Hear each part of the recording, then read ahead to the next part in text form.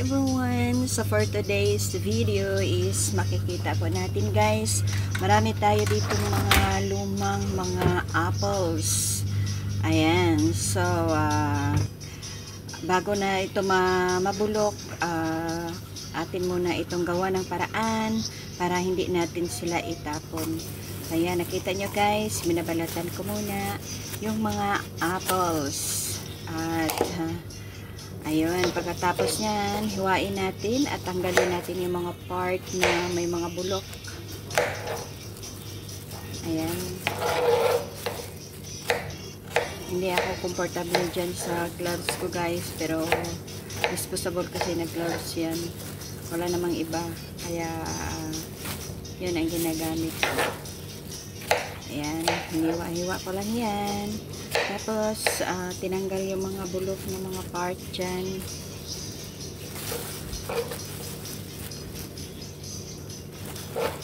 Ayun, so marami na tayong nahiwa. At okay na siya. Tapos, ilagay natin siya sa kaldero ngayon guys. Gawin natin kasi itong apple jam. Ayan, lagay natin sa kaldero.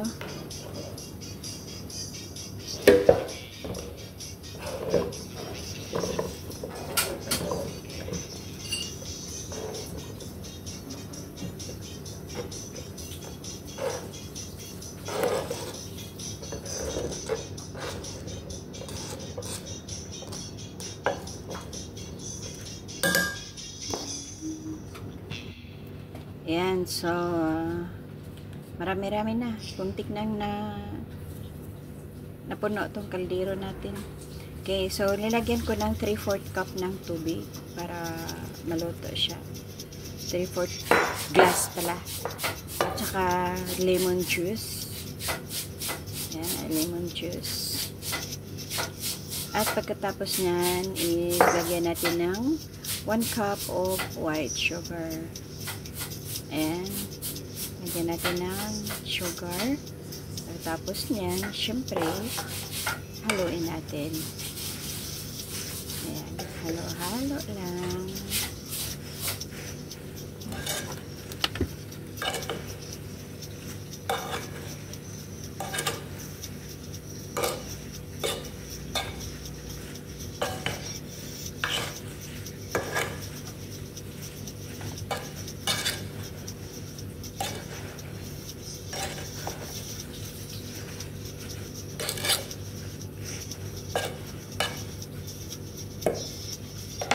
Okay, so pagkatapos niyan is buksan na natin ang apoy. So ayan, ilagay na natin siya dyan.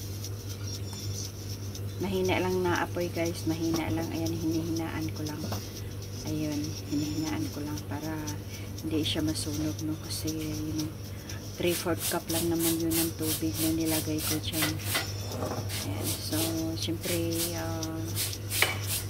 sukayin natin yan para hindi siya didikit, para hindi masunog yung nasa ilalim.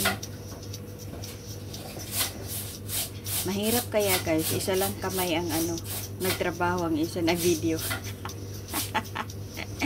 Nilakasan ko pala ng konti guys, masyado palang mahina yung apoy.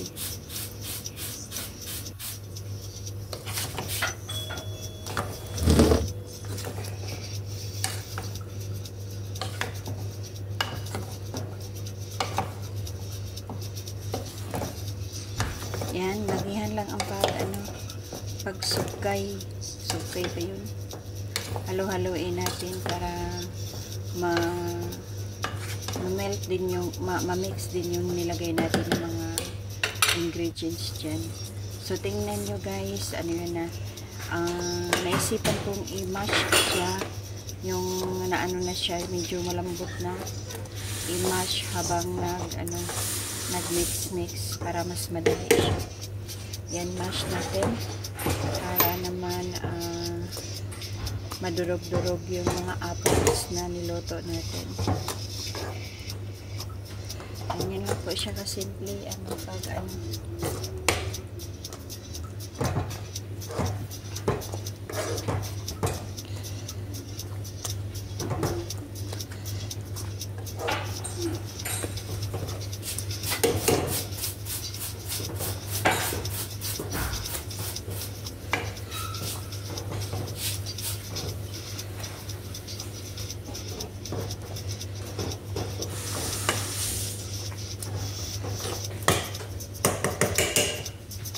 Siya ganun lang po guys. Hindi natin hayaan tagalan na kailangan lagi natin i-mix yan para hindi siya didikit, hindi masunog yung ilalim. So medyo na po, medyo luto na po yung natin, apples.